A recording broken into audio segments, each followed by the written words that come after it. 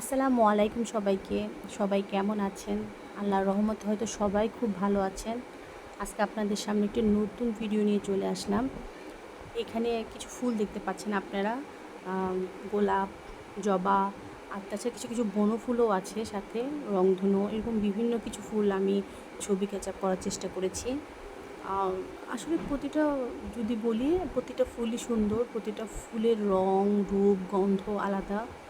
পাতা থেকে শুরু করে ওদের প্রতিটা জিনিস, ধরন, ক্যাটাগরি প্রত্যেকটা আলাদা আলাদা।